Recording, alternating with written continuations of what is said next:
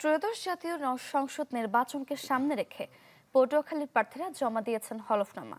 সেখানে কারোর রাজধানীতে রয়েছে একাধিক ফ্ল্যাট, ডুপ্লেক্স বাড়িসহ নানা সম্পদ, অথচ দেখিয়েছেন যার মূল্য মাত্র কোটি টাকা।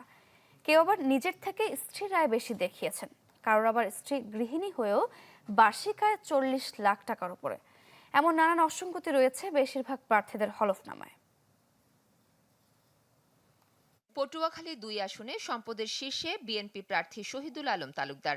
তার সম্পত্তির পরিমাণ ১,৬০,০০,০০০ টাকার বেশি। রাজধানী ঢাকায় একাধিক ফ্ল্যাট, নিজ এলাকায় ডুপ্লেক্স বাড়ি, গাড়ি, স্বর্ণ ও নগদ অর্থের তথ্য রয়েছে তার হলফনামায়। নতুন বাংলাদেশ গড়তে এলো জুলফিকার স্টিল। জুলফিকার স্টিল, ইস্পাত দৃঢ় অঙ্গীকার। চমক দেখিয়েছেন তার স্ত্রী সালমা আলম লিলি।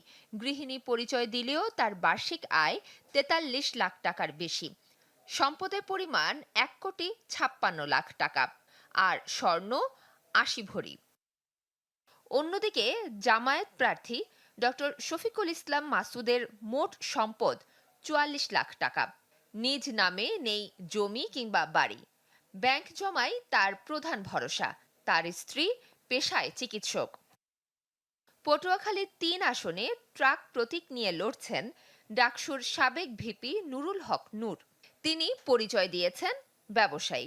তার মোট সম্পদ ৯০ লাখ টাকা, বার্ষিক আয় ২০,৪০,০০০, নগদ অর্থ ২৮ লাখ, ব্যাংকে জমা ৩ লাখ, আছে শেয়ার বিনিয়োগ।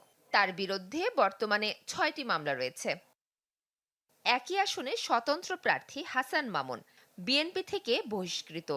তার সম্পদ মাত্র ৮,৪৪,০০০ টাকা, তবে তার স্ত্রীর সম্পদ ১,১৫,০০,০০০ টাকা। সচেতন মহল বলছেন, হলফনামায় অসামঞ্জস্য তথ্যের বিষয়ে প্রার্থীদের জবাবদিহিতায় আনা প্রয়োজন। প্রার্থীরা যে বিবরণী দাখিল করেছেন তাতে তার চাইতে তাদের লাইফ লিড অনেক হাই দেখা যায়। তো প্রশাসনের এই বিষয়ে সুদৃষ্টি দেওয়া উচিত বলে আমি মনে করি। প্রার্থীদের আয় সম্পদের এই হিসাব ভোটারদের ভাবনায় যোগ করেছে নতুন মাত্রা। তাই এসব তথ্য ভোটের মাঠে কতটা প্রভাব ফেলবে সেটাই বড় প্রশ্ন। Desk report, channel 24।